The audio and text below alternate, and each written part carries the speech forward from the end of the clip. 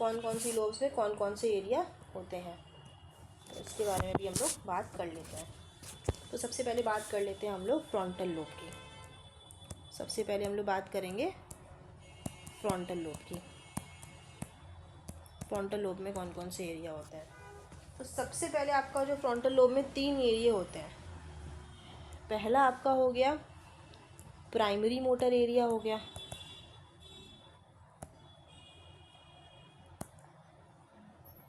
Primary motor area हो गया।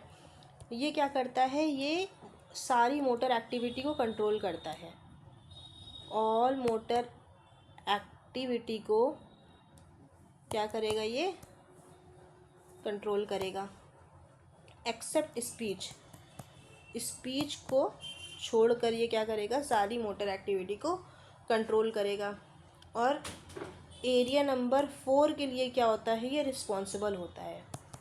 इसके लिए एरिया नंबर 4 के लिए। अब ये क्या क्या चीज़ें कंटेन करता है, तो इट कंटेन्स बेड सेल। ये बेड सेल्स को कंटेन करता है और जॉइंट सेल्स को कंटेन करता है, अपने पास रखता है। अब ये अपर पार्ट जो होता है इसका, वो किसको कंट्रोल करता है, लोअर एक्सट्रीमिटी को कंट्रोल करता है। जो अपर पार्ट है वो क्या करेगा, लोअर एक्सट्रीमिटी को कंट्रोल करेगा, और जो लोअर पार्ट होगा वो क्या करेगा, इसकी अपर एक्सट्रीमिटी को कंट्रोल करेगा। क्लियर। दूसरा हम लोग बात कर लेते हैं, दूसरा एरिया जो होता है इसके लिए होता है प्री मोटर एरिया। कौन सा होता है, प्री मोटर एरिया होता है। तो इसके लिए कौन कौन से रिस्पॉन्सिबल होते हैं, एरिया नंबर 6 और 8। क्लियर। तो जो एरिया नंबर 6 होता है वो क्या करता है, हेल्प करता है प्लानिंग में। जो मूवमेंट की प्लानिंग होती है उसमें करता है, मतलब मूवमेंट से पहले जो प्लानिंग होती है कि यार हमें चलना है, तो उसके लिए कौन सा एरिया रिस्पॉन्सिबल होगा, 6 होगा। और जो 8 होता है, एरिया नंबर 8 होता है, वो आई मूवमेंट के लिए रिस्पॉन्सिबल होता है, help in eye movement. Clear. अब थर्ड होता है, तीसरा होता है हमारा कौन सा, ब्रोकाज एरिया।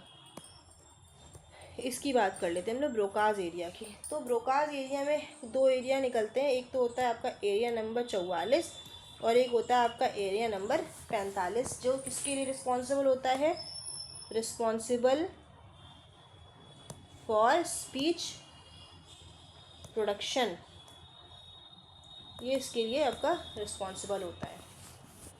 और चौथा जो एरिया होता है वो कौन सा होता है, प्री फ्रंटल एरिया होता है। चौथा जो आपका हो गया वो कौन सा हो गया, प्री फ्रंटल एरिया। ये किसके लिए रिस्पॉन्सिबल होता है, आईक्यू के लिए रिस्पॉन्सिबल होता है, मैथमेटिक कैलकुलेशन के लिए रिस्पॉन्सिबल होती है, और थिंकिंग और जजमेंट के लिए रिस्पॉन्सिबल होता है प्री फ्रंटल एरिया। आज थोड़ा सा आपको शोर मिलेगा क्योंकि आज जो मेरी लोकेशन है वो नियर बाय स्टेशन है, तो यहाँ पे थोड़ा सा शोर आपको मिल सकता है, ट्रेन वगैरह का, गाड़ियों वगैरह का। तो 1-2 दिन की बात है, उसके बाद ऐसा आपको नहीं मिलेगा। तो उसके बाद हम लोग सेकंड बात कर लेते हैं। जो सेकंड एरिया है हमारा, जो सेकंड लोब है वो हमारी पैराइटल लोब है।